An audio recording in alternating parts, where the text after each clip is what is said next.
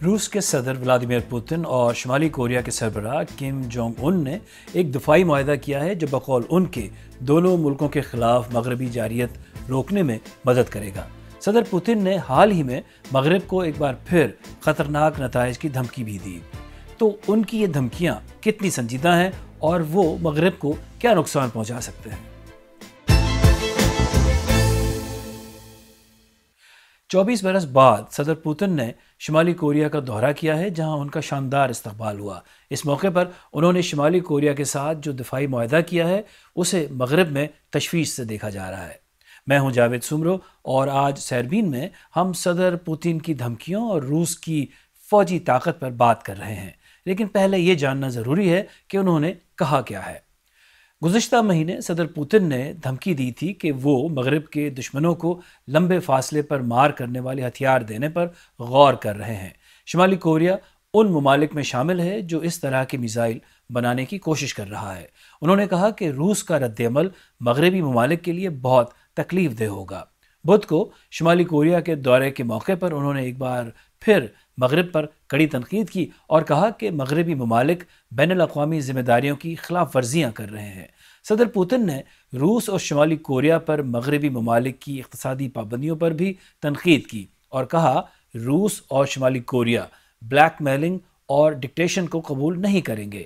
مغرب ان پابندیوں کے ذریعے دنیا پر اپنی بالادستی قائم رکھنا چاہتا ہے۔ یہ پہلی مرتبہ نہیں کہ صدر پوتن نے امریکہ اور اس کے مغربی اتحادیوں کو دھمکی دی ہو۔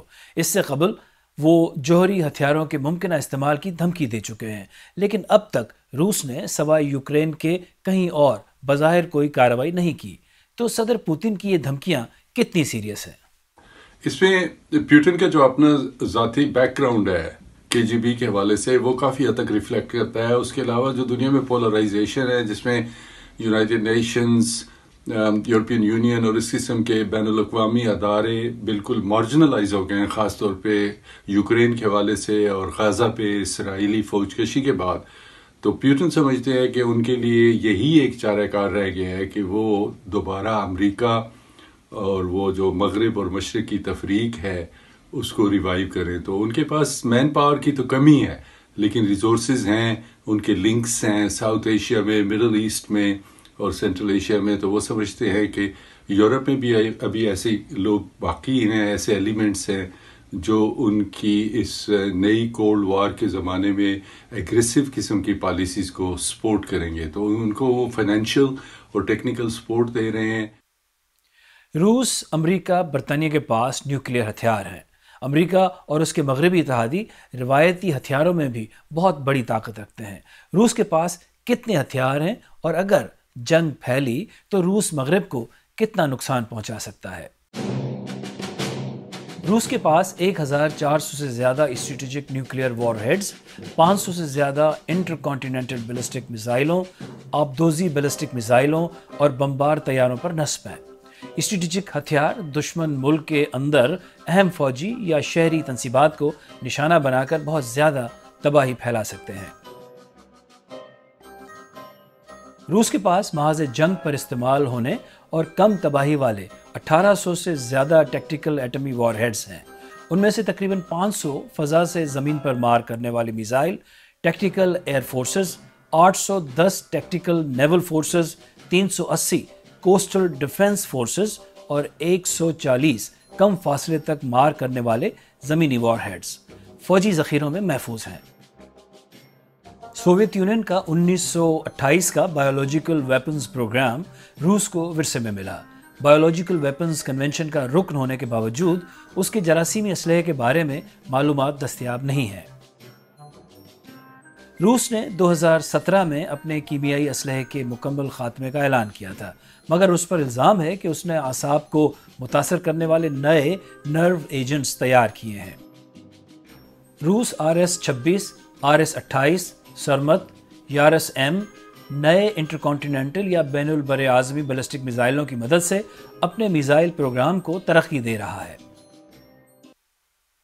حالیہ تاریخ دیکھی جائے تو اصل میں روس اور مغربی ممالک کے درمیان گزشتہ 15 برس سے جاری کشیدگی کولڈ وار کے زمانے کے آفٹر ایفیکٹس ہیں۔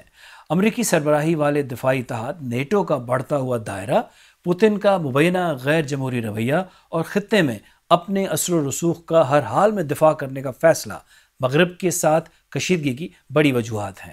اس وقت تنازع کی سب سے بڑی وجہ مغربی ممالک کے فوجی اتحاد نیٹو کی ایکسپینشن ہے۔ یہ اتحاد بڑھتے بڑھتے جب روس کی سرحد پر پہنچ گیا، یعنی یوکرین نے بھی نیٹو میں شمولیت کا اعلان کیا، تو روس کے لیے قابل قبول نہیں تھا اور اس نے یوکرین کے خلاف جنگ شروع کر دی۔ یوکرین کا کہنا ہے کہ وہ ایک آزاد ملک کی حیثیت سے کسی بھی اتحاد میں شامل ہو سکتا ہے۔ مشرق وسطیٰ کا ملک شام بھی ایک بین الاقوامی میدان جنگ ہے، جہاں صدر بشار الاسد کی حکومت کو روس کی مدد حاصل ہے، جبکہ امریکہ اور اس کے اتحادی باغی قوتوں کی مدد کرتے ہیں۔ اس جنگ میں ایک وقت ایسا بھی آیا جب شامی حکومت کی شکست یقینی نظر آ رہی تھی، لیکن روس کی مدد نے جنگ کا پانسا بشار الاسد کے حق میں پلٹ دیا۔ مغربی ممالک اور روس کے درمیان صرف فوجی ہی نہیں، معاشی جنگ بھی جاری ہے۔ ایران اور شمالی کوریا پر امریکہ کی معاشی پابندیوں کے باوجود روس کے ان ممالک کے ساتھ تجارتی اور فوجی تعلقات ہیں جو مغربی مفادات کے لیے نقصان دہ ہیں۔ دنیا میں کئی لوگوں کا خیال ہے کہ روس کے ساتھ تنازع کی بڑی وجہ مغربی ممالک کی پالیسیاں ہیں، لیکن بیشتر مغربی ممالک اور ان کے اتحادی سمجھتے ہیں کہ روس آمرانہ پالیسیوں پر چل رہا ہے، اپنے پڑوسی ممالک کی آزادی کے لیے خطرہ ہے اور یوکرین میں بلا جواز جنگ شروع کی۔ تو حقیقت ہے کیا؟ دوسری جنگ عظیم کے بعد جوزف اسٹالن نے کہا تھا کہ سوویت یونین ایشیا کا ایک اہم حصہ ہے، اور 50 سال بعد گورباچوف کہتے تھے کہ رشیا یورپ کا، مغرب کا ایک اہم رکن ہے۔ لیکن شروع سے یورپین ممالک نے روس کو تحقیر سے دیکھا ہے اور اس کو ایک منگولوں کا ایشیائی قسم کا ورثہ دیکھا ہے، جس کی وجہ سے کافی ری ایکشن زارز کے زمانے میں بھی ہوا ہے، سوویت زمانے میں بھی ہوا ہے، اور اب پیوٹن بھی اس کا اظہار کر رہے ہیں۔ اور اس کی خاص وجہ سے، اسی وجہ سے پیوٹن کے تعلقات ایران سے، چین سے، نارتھ کوریا سے کافی گہرے ہیں۔ اس میں یورپ کا کافی قصور ہے، اگرچہ رشیا ایک پریڈومیننٹلی کرسچین کنٹری ہے، لیکن پھر بھی وہ ان کو اپنے برابر نہیں سمجھتے، اور ان کا ہمیشہ یہی ایک قسم کا خیال رہا ہے کہ یا رشیا ایک عام قسم کی ریجنل پاور ہے یا ایک گلوبل تھریٹ ہے۔ دنیا میں کئی جنگیں چل رہی ہیں جن میں ہزاروں بے گناہ لوگ مارے جا رہے ہیں۔ روس اور اس کے اتحادیوں اور امریکہ اور اس کے اتحادیوں کے درمیان تنازع پوری دنیا میں مزید جنگوں کا خطرہ پیدا کر چکا ہے۔ روس اور مغربی ممالک کے پاس اتنا نیوکلیئر اسلحہ ہے کہ اگر جنگ چھڑی اور وہ اس سطح پر پہنچی کہ ایٹمی ہتھیار استعمال ہوئے تو پھر دنیا کی تباہی یقینی ہے، لیکن امید یہ ہے کہ ایسی جنونیت شاید کوئی نہ دکھائے۔